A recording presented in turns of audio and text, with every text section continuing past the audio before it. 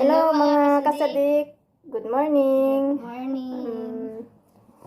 Makinig po tayo ng salita ng Diyos mula sa Biblia. At mag-pray din po tayo na sana mawala po ang COVID-19. Napanood po natin, napakahalaga po sa panahon ngayon na tayo po ay nagmamalasakitan at dadamayan para makalagpas tayo dito sa mapaminsalang sakit na ito. Katulad ng ginagawang pagtulong ng mga frontliners at marami pa pong iba. Subalit, katulad po ng napanood po natin, yung mahalagang tanong, sa panahon pong ito na napakatindi ng pagsubok, ng ligalig na dumarating sa buhay ng tao, mga kaibigan, sino po ba ang higit sa lahat na tangi po nating maaasahan na makatutulong po sa atin para makatawid po tayo, kapatid na Ryan?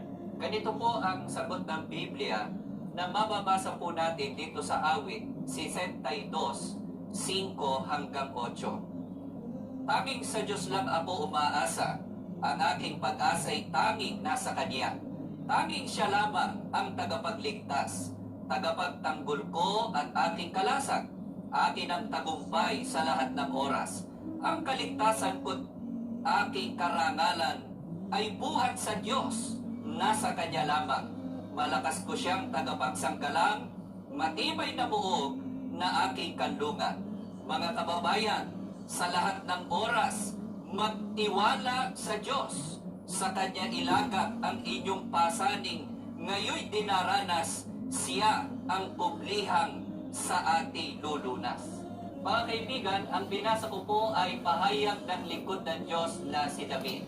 Ang sabi niya, tanging sa Diyos lang ako umaasa.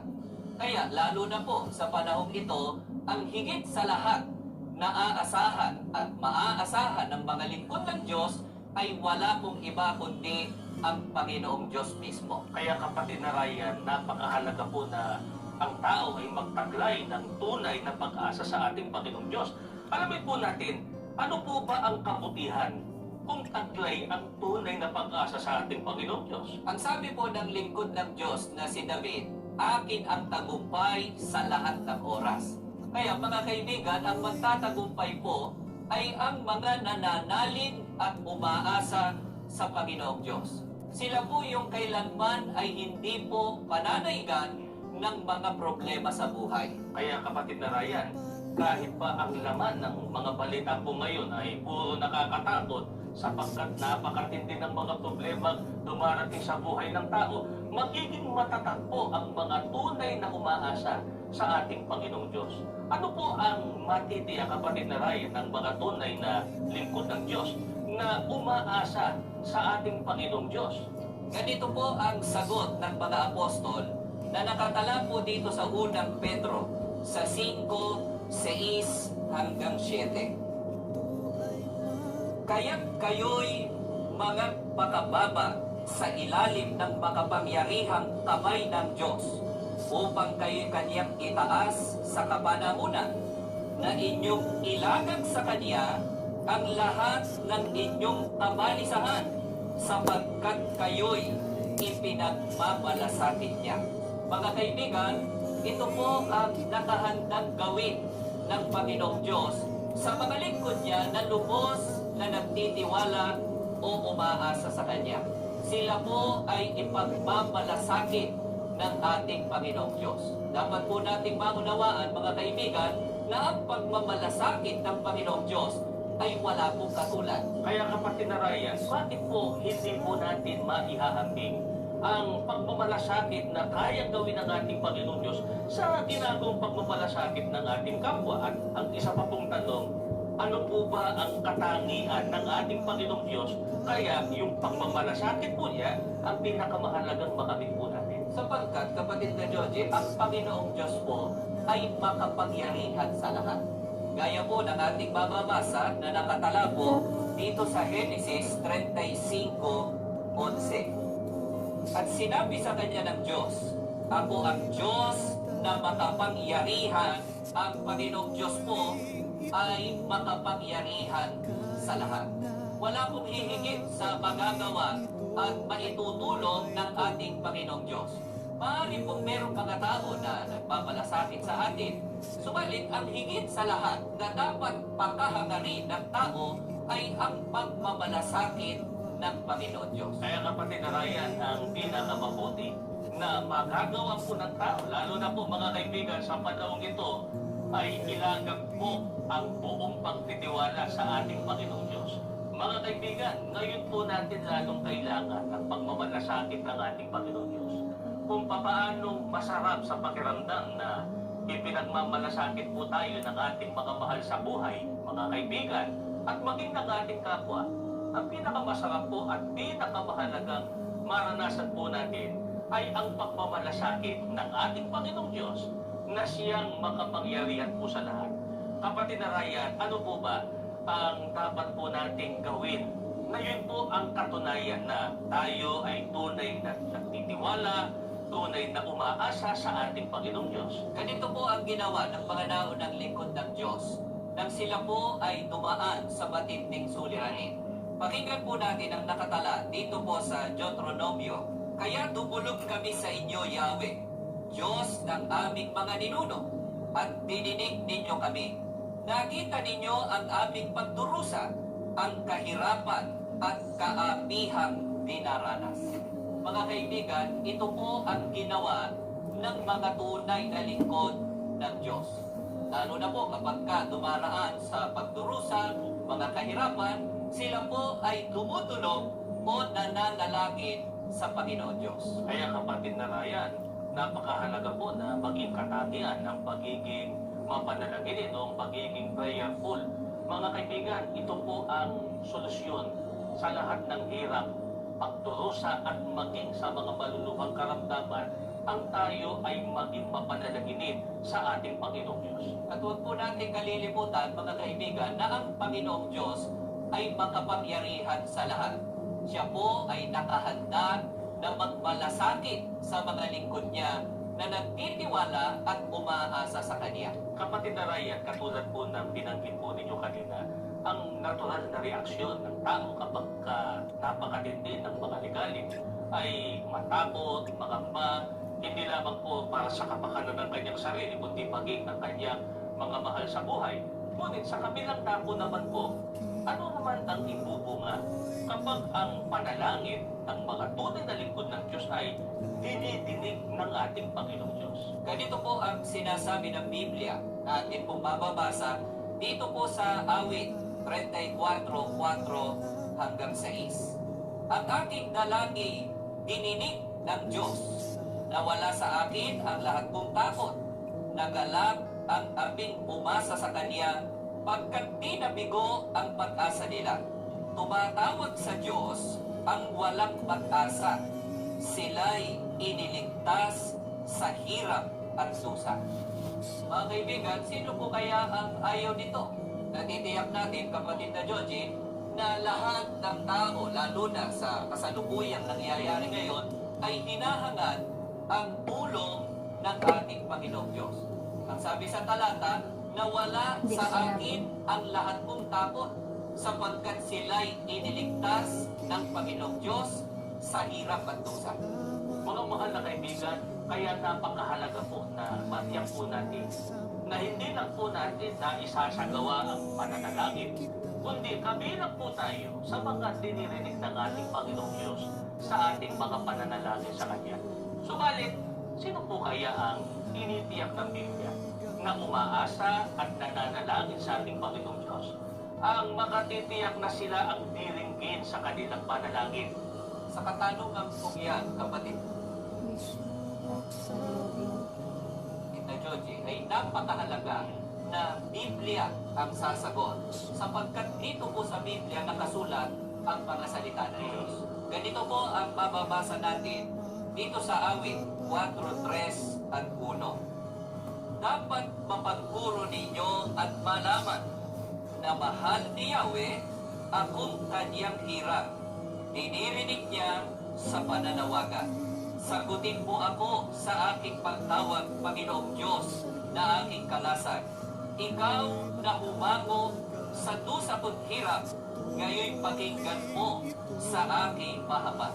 Mga kaibigan, ang tinitiyak po ng Biblia na diringgin ng Panginoong Diyos ay ang mga tumatawag at nananalangin sa Diyos na kanyang mga hinirang.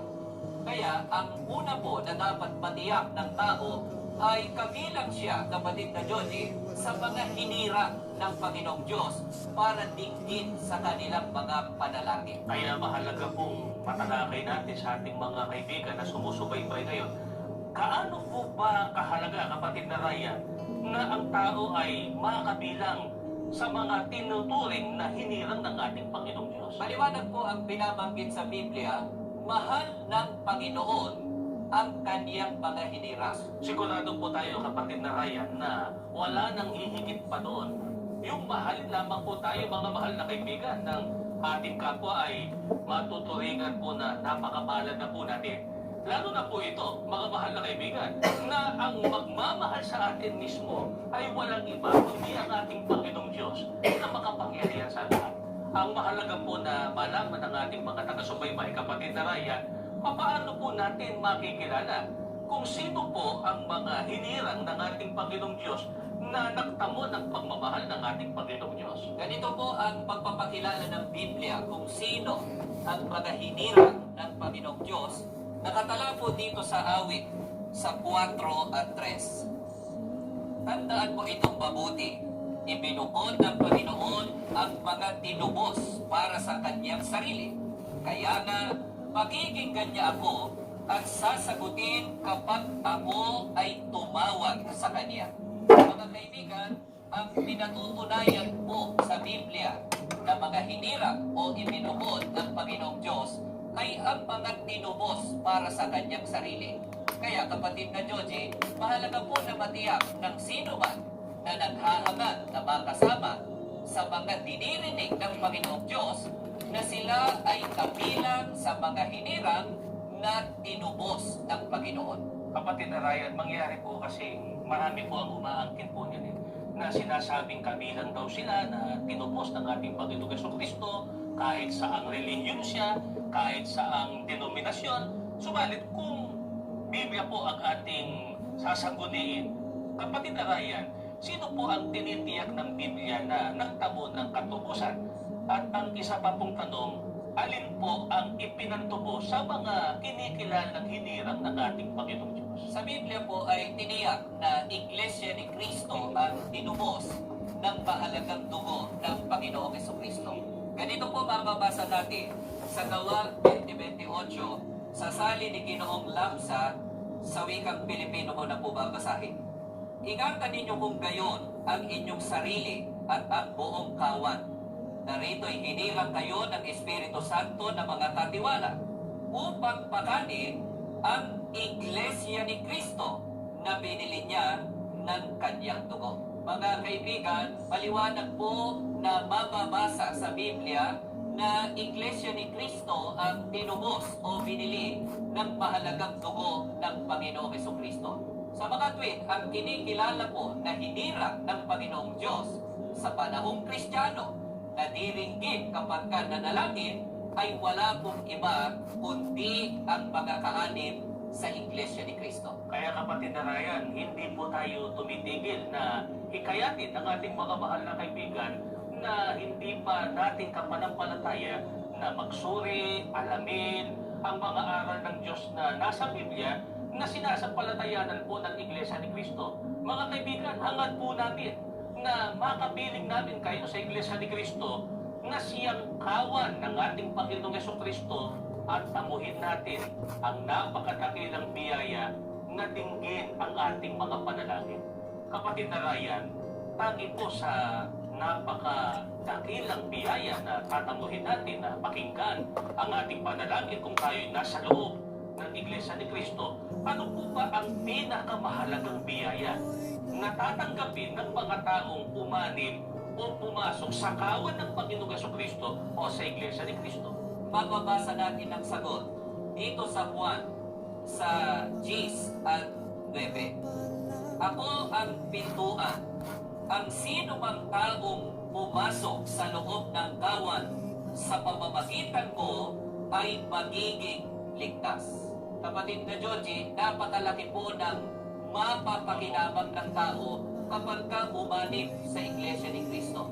Sapagkat hindi lamang po tiniyak na diringgit sa panalangin, kundi tiniyak din na maliligtas pagdating ng araw ng pag-uupo. Kaya sa panahon pong ito ay lalong kailangan po ng tao ang pumasok o umanib sa Iglesia ni Cristo. Kapatid na Ryan, yan po ang layunin ng programa natin ito na Reconnect. Na kung ito po ay sasampalatayanan at susundin, hindi lamang po magkakaroon ng kaugnayan sa Panginoong Diyos, kundi magkatitiyak pa ng kaligtasan sa araw ng pag-uupo. Kapatid na Ryan, bakit po sa panahon pong ito na napaka-mapanganib na, lalo pang tumitindi ang makasalot, dagdag pa po kahirapan, mga kalamidad, na lalong nagpapabigat sa buhay ng tao? Bakit higit sa lahat ng panahon, ngayon po kailangan ng tao na gawin ito na pumasok po sa loob ng Iglesia ni Cristo para maligtas? Sapagkat kapatid na Georgie, ang mga nangyayari po sa kasalukuyan ay bahagi po ng palatandaan na malapit na ang ikalawang pagparito ng Panginoong Jesucristo o ang araw ng pag-uupo. Kaya sa Lucas 21:10 hanggang 11, 25 hanggang 28 ay sinasabi po ang ganito. At sinabi pa niya, makikipagdigma ang bansa laban sa kapwa bansa at ang kaharian sa kapwa kaharian. Magkakaroon ng malalakas na lindol, magkakagutom, at magkakasalot sa iba't ibang dako. Magkakaroon ng mga tanda sa araw, sa buwan, at sa mga bituin. Sa lupa, ang mga bansa ay masisindak at malilito dahil sa ugong at mga daluyong ng dagat. Ang mga tao'y hihimatayin sa takot dahil sa pag-iisip sa mga sakunang darating sa sanlibutan. Sa panahong iyon, ang anak ng tao'y makikita nilang dumarating na nasa alapaap, may dakilang kapangyarihan at malaking karangalan. Kapag nagsimula ng mangyari ang mga bagay na ito, magala kayo sapagkat malapit na ang pagliligtas sa inyo. Kaya kapatid na Georgie, lahat ng mga palatandaan na binanggit sa mga talata po na ating binasa ay natupad na at patuloy na natutupad. Katunayan po na malapit na ang ikalawang pagparito ng ating Panginoong Jesucristo. Binanggit po doon sa talata, kapatid na Georgie, yung mga digmaan, malalakas na lindol, kagutom, mga salot, at iba't iba pa na kalamidad na bawang nangyari at patuloy pang nangyayari. Kaya ang paglala po ng sakit, katulad po ng tinatawag na COVID-19, ay isa po sa mga palatandaang malapit na ang ikalawang pagparito ng Panginoong Jesucristo o ang araw ng pag-uupo. Kaya kapatid na Ryan, wala po tayong tigil na hinihikayat ang ating mga kaibigan, mga kamag-anak, mga kapwa-tao na umanib na po sa Iglesia ni Cristo. Kaya po sa pamumuno ng kapatid na Eduardo V. Manalo, ang tagapamahalang pangkalahatan ng Iglesia ni Cristo, ay ipinagpapatuloy po na maipangaral ang dalisay na mga salita ng Diyos at maging sa ganitong mga programa sa telebisyon na napapanood din po sa YouTube channel ng Iglesia ni Cristo, upang sa ganon maging sa kanyang tahanan ay patuloy po namin maibahagi po sa inyo ang mga salita ng ating Panginoong Diyos. Mga kaibigan, ang pinakamahalagang biyaya na makakamit ng mga kaanib sa tunay na iglesia, tangi sa diringgin ng kanyang panalangin, ay ang kaligtasan sa araw ng pag-uupo. Ang totoo, kapatid na Georgie, gustuhin man ng tao o hindi, may epidemya man ng sakit o wala, ay nagtakda ang Diyos ng kamatayan. Kaya ano man po ang mauna, kamatayan, pagkalagot ng hininga, o kaya ay ang araw ng pag-uupo, ay dapat pong matiyak ng tao na siya ay kabilang o kaanib sa Iglesia ni Cristo para makatiyak ng kaligtasan. Kaya kapatid na Ryan, higit po sa lahat ng panahon, mga mahal na kaibigan, ngayon po dapat lalong magtiwala ang tao sa ating Panginoong Diyos, sa paraang laging manalangin sa Kanya at sumunod sa Kanyang mga utos. Tama po yun, kapatid na Georgie. At habang papalapit po tayo, mga kaibigan, sa ikalawang pagparito ng ating Panginoong Kristo, ay lalo pong pabigat ng pabigat ang mga problemang kinakaharap ng mga tao sa daigdig. Kapatid na Ryan, sa ganito pong napakatinding sitwasyon na kinakaharap po ng tao ngayon, ano po ba Kita ang mo? maaasahan ng mga tunay na lingkod ng ating Salamin Panginoong ako. Diyos na lubos na umaasa sa Kanya? Pakinggan po natin, mga kaibigan, ang patotoo Ako ng din, mga saktan lingkod ko. ng Diyos Pero ayaw na ko ganyan, nakaranas baka ng masanay. mga Hindi, inaano ko lang yung gilid. subalit Kasi nang yung bumibig sabon, sa di Panginoong ba? Diyos Na-stuck sa ay gilid. dininig sila ng Panginoong Diyos. Ganito pong mababasa dito sa awit. Hindi ko 34, naman nininig mga ko. talatang 8, 4, at 9. O subukin ninyo ang Diyos at masdan ninyo kung gaano siya kabuti. Masdan ninyo kung paano niya ibinubuhos ang kanyang mga kaawaan sa lahat ng nagtitiwala sa Kanya, sapagkat bumibig ako sa Kanya at sinagot niya ako. Pinalaya niya ako sa lahat kong katakutan. Kung kayo'y sa Panginoon, sambahin ninyo siya, sapagkat ang lahat ng gumagawa nito ay mayroon ng lahat ng kanilang kailangan. Mga mahal na kaibigan, wala na pong hihigit pa sa tulong at kabutihan ng Panginoong Diyos. Inaanyayaan po tayo na subukin natin kung gaano siya kabuti, sapagkat ibubuhos niya ang kanyang kaawaan sa lahat ng nagtitiwala sa Kanya. Kaya po sa panahong kaya po nito na napakabigat ng mga problema ng tao, ay lalo po tayong maglagak ng pagtitiwala sa magagawa ng ating Panginoong Diyos. Wala pong suliranin ang hindi kayang lunasan ng ating Panginoong Diyos.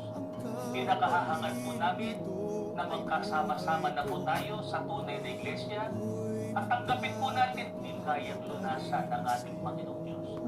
Pinakahahangad po namin na magkasama-sama na po tayo sa tunay na iglesia at tanggapin po natin ang pagliligtas ng ating Panginoong Diyos at ng Panginoong Jesucristo, hindi lamang po sa mga kasalukuyang problema ng tao, kundi higit po sa lahat ang kaligtasan sa araw po ng paghukom.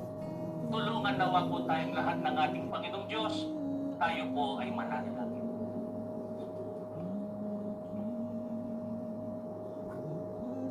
Panginoon na aming Diyos, maraming salamat po sa iyo. Sa pamamagitan po ng programang ito, muli pong naituro ang iyong mga kalooban. Amen. Muling Amen. ipinaunawa mo po sa aming mga kapwa-tao Opo. na ang mga pangyayari ngayon ay tanda na malapit nang magwakas ang mundong ito. Amen. Amen. Subalit kanuman katindi ang mga ligalig at mga problema, hindi po kami dapat mawalan ng pag-asa, Opo. sapagkat ikaw po ay nangako ng pagtulong, paglingap sa mga tunay mong mga lingkod na aasa at magtitiwala po sa iyo. Amen. Amen. Nawa po, Panginoong Diyos, kahabagan mo nawa ang aming mga taga-subaybay.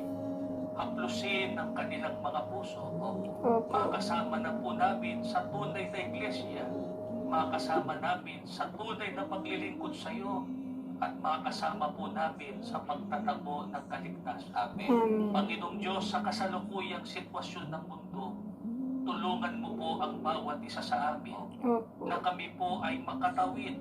Higit po sa lahat ay maipagtagumpay po namin na masunod ang lahat po ng iyong mga kalooban. Amen. Panginoong Jesucristo, sumasamba rin po kami sa iyo. Patuloy mo po kaming ipamagitan sa Ama at ilapit ang lahat ng aming mga karaing. Amen. Panginoong Diyos, buo ang aming tiwala. Naiingatan mo po ang kabuuan ng iglesia sa pangunguna po ng aming tagapamahalang pangkalahatan. Inihiling po namin ang lahat ng ito sa pangalan ng Panginoong Jesucristo, dakila po naming tagapagligtas. Amen. Amen.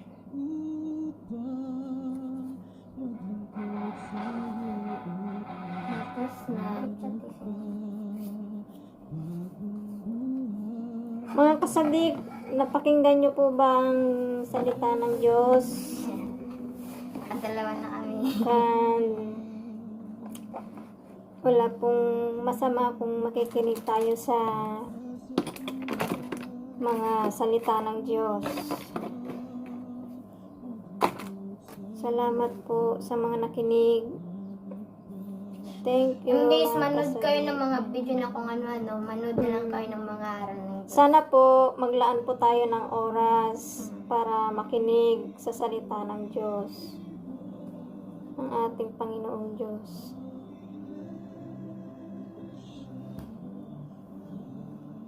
Mas dapat inuuna po yan, pakikinig ng salita ng Panginoong Diyos. Tama. Kami dyan mga ngaral, ganito, ililigaw ka, ganito, para paniwalaan mo yung sinasabi nila. Tama. Pero kung hindi mo sinaliksik yung mga aral ng Diyos, maluloko ka talaga ng demonyo. Lilinlangin ka lang niya. Maraming mapaninlang dyan. Kaya kung may panahon po kayo, may time kayong magbasa ng Biblia, magbasa po. Tama. Huwag kayong magpapadala sa mga taong mapanling lang. Tsaka kung wala naman kayo Bible sa bahay, pwede naman Pwede kayo kayo mag-download. mag-search, mag-download sa Mayroon internet. sa sa Play Store. Doon po ninyo malalaman lahat ng mga magagandang salita ng Diyos. Magbasa kayo, imbis kung ano-anong natupagan nyo, Mm. magbasa na lang ng Bible. So, yun mga kasadik, salamat sa pakikinig. Pag nakinig man kayo, mabuti po yun. Mas maganda pakinggan ang salita ng Diyos. So, yun mga kasadik, salamat. Thank you.